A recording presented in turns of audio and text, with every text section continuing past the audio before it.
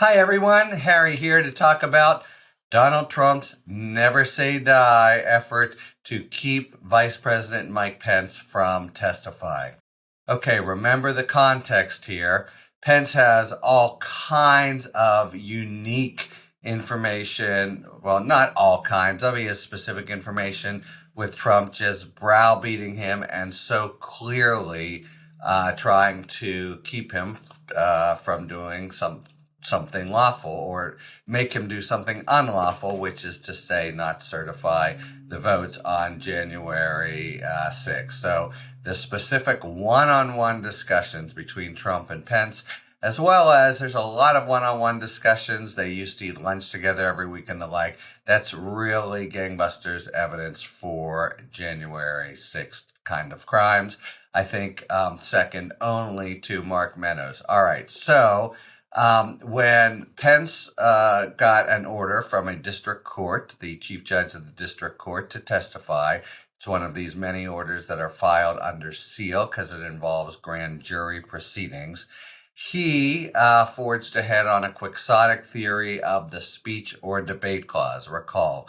And he said, hey, I'm also president of the Senate, and the speech or debate clause protects members of the Senate from being forced to say certain things. And maybe is the answer, but it doesn't really matter because what the district court said is, all right, fine. When you're acting as president of the Senate, like certifying the votes, doing the things that we saw you do and everyone saw you do, maybe you have protection. But on the stuff that Smith wants, all the illegal exhortations from Trump and basically when he's not in the Senate, there you have to fess up. So the big news last week was after getting that ruling, Pence, who to most people's surmise was doing it just to show some kind of solidarity with Trump, had no knowledge of the speech or debate clause of the Constitution, threw in the towel and apparently changed his calculation, which had been, I got to do anything and everything to appease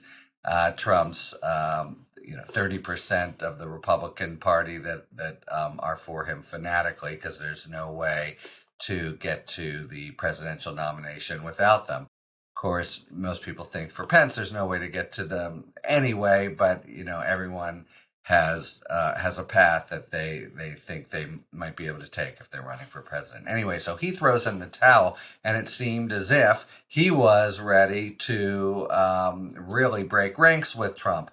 Now, Trump, way back when the district court ruled, not way back, a matter of weeks, the district court also rejected a claim brought by Trump on good old executive privilege. Now, this is the claim that says, hey, if I'm doing conversations with my closest advisors, I have privilege in order to know that they're going to be kept in confidence, and I'll be able to get their best decisions and counsel that way. And that would hold for the vice president, except the current president is the one who decides if it applies, and the current president, Joe Biden, has said, I will waive it. And then, moreover, it's a qualified privilege and doesn't apply to evidence that a prosecutor needs of a crime that you can't get any other way, and that's almost by definition, the conversations with Pence. So Trump had gone in, as he's now done many times, including most recently for the half dozen or so people up to Mark Meadows that the same trial court ruled have to go forward. And he has appealed that order. Now, the executive privilege issue it presents is no different from that with several other people, starting with Pence's counsel and chief of staff. So it's really, he can't have any plausible hope that it's going to succeed. He's, maybe hoping for a few days, or can't stop himself, or that's what you do, or could he draw the most conservative panel, but then they'd have to be going against everything that the other panels have done. So it does show Trump completely pushing forward without, any real hope of winning. And it also, to my mind, illustrates the loggerheads that Trump and Pence now are at. Pence looked like just a week ago he would do anything he could to reassure the Trump faithful that he was hanging with Trump. But now you have Pence saying, on my speech or debate, don't worry about it, I'll testify.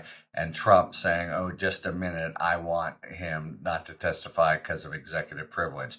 By the way, a basic point of law, Trump has standing, a personal stake in getting enforcement of executive privilege. That's something he has had as president, but he doesn't have any say in whether Pence, any standing, whether Pence testifies under the speech or debate clause. That's got nothing to do with him. So he couldn't. If he could, he would, but he couldn't challenge the speech or debate claim that Pence is letting drop. So this is all he's got as to Pence, and he's doing it to the bitter end. And I think the bitter end will be short end bitter, because I don't.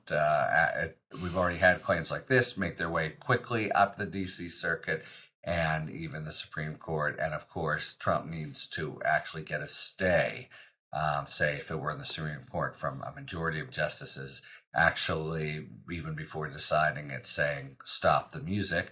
Otherwise, the current order has Pence testifying, and he just comes to the grand jury and tells everything. So there you have it. Pence saying, I'll talk. Trump saying just a minute, and a distinct divide between them. And to my mind, if I'm perilously issuing predictions, I think Trump will have the worst of this. The Court of Appeals won't give him what he's looking for, and you'll see Mr. Pence showing up to testify in grand jury fairly soon. So that'll be a big day. All righty. Talk to you later. Thanks for tuning in. If you enjoyed this video and other Talking Feds content, please take a second to like and subscribe. Talk to you later.